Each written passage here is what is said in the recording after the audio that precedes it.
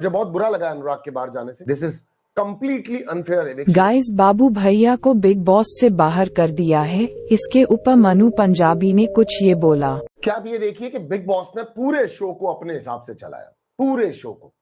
एक भी दिन उसने कंटेस्टेंट जो करना चाहते हैं वो करने नहीं दिया। And it is not at all appreciated, I must say it is not at all appreciated. हालांकि मैं अगर अनुराग का ग्राफ देखता हूं तो एक बहुत क्लियर सा ग्राफ दिखता है। मुझे बहुत बुरा लगा अनुराग के बाहर जाने से।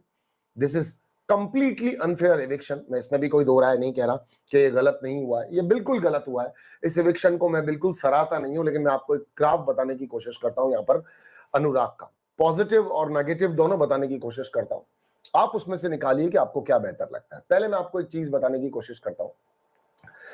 जिस दिन से अनुराग इस घर के अंदर आया उस दिन से उसकी कभी भी किसी से एक परमानेंट बॉन्ड और फ्रेंडशिप नहीं बन पाई। मनारा को छोड़ के, मनारा से उसकी थोड़ी बहुत दोस्ती थी, वो भी ऑन एंड ऑफ चलती थी।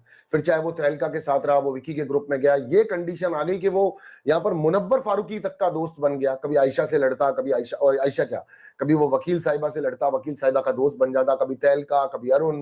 मतलब कभी भी वो एक फिक्स ग्रुप को लेके या फिक्स दोस्ती को लेकर के कहीं पर खड़ा नहीं हो पा रहा था। इस बीच बिग बॉस उसकी बिचिंग्स कंटिन्यू। मुनव्वर से उसकी बार से लगातार वाली एक मतलब प्री डिसाइडेड घृणा कि जो मैं सुन चुका हूं, तेरे शो जो कैंसिल हुए थे, आज उसने इस तरह की बातें भी बोली। तो लगातार जो उसका ट्रेड चलता आ रहा था उसमें कहीं पर भी उसका कोई स्टेबिलिटी नहीं था। उसका बिग बॉस से पंगा था, बिग बॉस से उसका झगड़ा लगातार चल रहा था, बिग बॉस उसको अंडर एस्टिमेट करते, वो कुछ नहीं बोल रहा है तो सलमान सर कहते हैं नल्ले से अपने आप को कॉम्प्रोमाइज या अपने इक्वलेंट लाके सोच रहा है क्या मन्नारा क्या फैसला करेगी, पहले ही छोड़ दे मन्नारा को, ऐसा मुनव्वर को कहा गया था।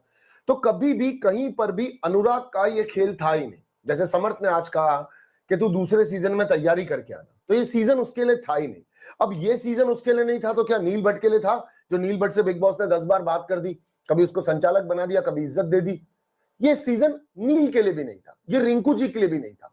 यहां पर इन्होंने कंटिन्यूसली बहुत सारे एविक्शंस ऐसे किए जिनका कोई मतलब ही नहीं था। तहलका को गुद्दी पकड़ने पे बाहर निकाल दिया था, और यहीं पर गुद्दी जो एक दो बार और पकड़ी गई उन पर लोगों को बाहर नहीं निकाला गया। मैं अनुराग के लिए सिर्फ इतना कहना चाहता हूं कि अनुराग ने जो अपने गेम को खेल के दिखाया वो अप्रिशिएटेड बिल्कुल भी नहीं था। उसके फॉलोअर्स का अगर उसने घमंड दिखाया तो वो भी अप्रिशिएटेड बिल्कुल नहीं था। मगर निकालने का तरीका बिग बॉस आपका भी अप्रिशिएटेड नहीं था।